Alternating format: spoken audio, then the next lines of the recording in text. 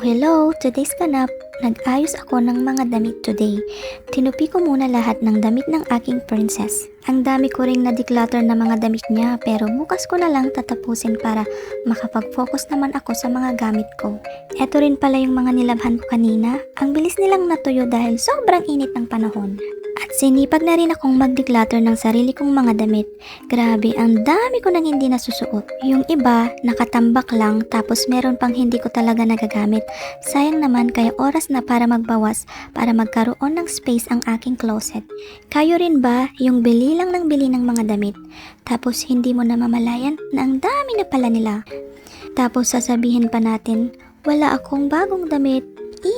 Sino ang relate dyan? Kailangan ko na talagang bumili ng karton para maipadala ko na lahat sa Pilipinas. Ang dami ko na palang kailangan ayusin lalo na sa closet. Hindi ko akalaing ganito na pala karami ang mga naipon kong damit. Unti-unti ko na lang silang isusort at i-declutter para mas maluwag na at ma-organize na rin ang closet ko. Hindi pa tapos ang pag-aayos ng mga damit. Pero pause muna. Bigla akong nagutom kaya merienda time. K-drama muna habang kumakain. Solo mood muna si Mami today dahil wala ang mag-ama. Kaya sasamantalahin ko na ang tahimik na oras para manood ng K-drama. Sana hindi ito maging tuloy-tuloy kasi alam mo naman kapag nagsimula ka na sa K-drama, ang hirap nang huminto. Ang mga gawaing mamaya na ulit.